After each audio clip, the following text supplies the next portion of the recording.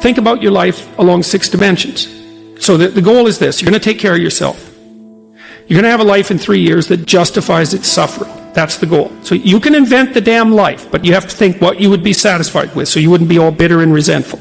It's like, okay, what do you want from your family? What do you want from your friends? How are you going to educate yourself? What do you want for your career? How are you going to use your time outside of work? How are you going to handle drugs and alcohol and other temptations like that? How are you going to keep yourself mentally and physically healthy? And these are open questions. Like, you get to answer them. The idea is you can have whatever you want, but you have to figure out what it is. It has to be realistic, and you have to figure out what it is. It's okay, so now develop a vision. What's your life going to be like in 3 to 5 years? So you write it down. Your bad habits and your resentment and your bitterness and all of that, your procrastination gets completely out of hand, and you auger down, and you're in your own personal version of hell in 3 to 5 years. What does that look like? Well, everyone knows that. It's like everyone can look into the future and think, well, if I keep going on this dark path, this is where I'll end up. Well, then you've got little hell outlined for yourself to run away from, and you got a little heaven outlined for yourself to run towards, and then you're motivated.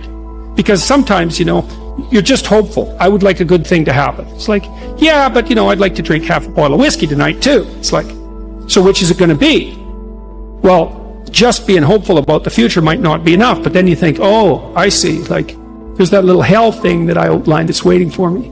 And maybe I'm afraid of taking the next step forward because it's demanding and challenging. It's like, yeah, I'm afraid of that, but I'm way more afraid of where I might end up if I don't get my act together. And people should be. That's why there are conceptions of hell in so many religions. It's like, hell is a real place. Whether it's eternal, that's a whole different question. Whether it's waiting for you in the afterlife, that's a whole different question. But if you've never met anyone in hell, you haven't lived very long. You haven't had your eyes open. But most of the time you should think, where am I falling short of the ideal? My own ideal. Doesn't have to be one that someone puts on you. Where am I less than I should be? Where am I bitter? Where am I making the world a worse place than it has to be? Like, you ask yourself those questions, you'll be in for a big shock. You say, well, what would happen if you stopped doing that? Stop saying things that make you weak. Stop telling lies that you know to be lies. Stop doing things you know to be useless and counterproductive. Aim high. Adopt some responsibility. And then see what the hell happens.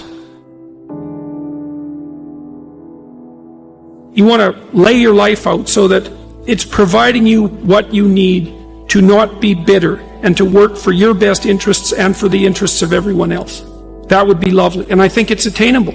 And one of the things that I've also been telling people, informing people about, is the idea that life isn't a game. It's a series of games.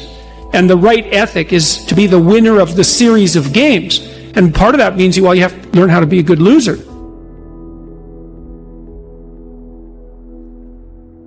Let's say that you can pick your level of competition in life to some degree. Okay, so let's say you pick a level of competition where you're always winning. It's like, well, all that means is you've picked the wrong level of competition. Yes. To be a winner, you want to be disciplined, you want to know what you're doing, and then you want to be on the edge where your skills are being developed. And if you're going to be on the edge where your skills are going to be developed, you're at a place where losing is always a possibility. Because otherwise you're not pushing yourself beyond your current capacity. One of the things that I've outlined in 12 Rules for Life is a theory of meaning. Because meaning, as far as I'm concerned, the sense of meaningful engagement is the antidote to malevolence and suffering, essentially.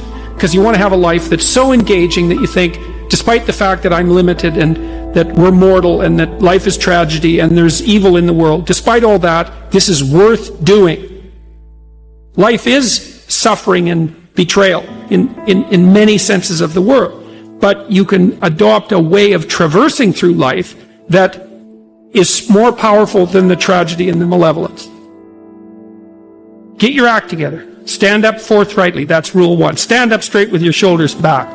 There's a vulnerable position, right, because you're open. But it's a powerful position because it means that you're brave enough to take what's coming. And it isn't like what's coming isn't dangerous. It's dangerous. But your best bet is to be dancing on your feet and ready for it. Pay attention and be awake.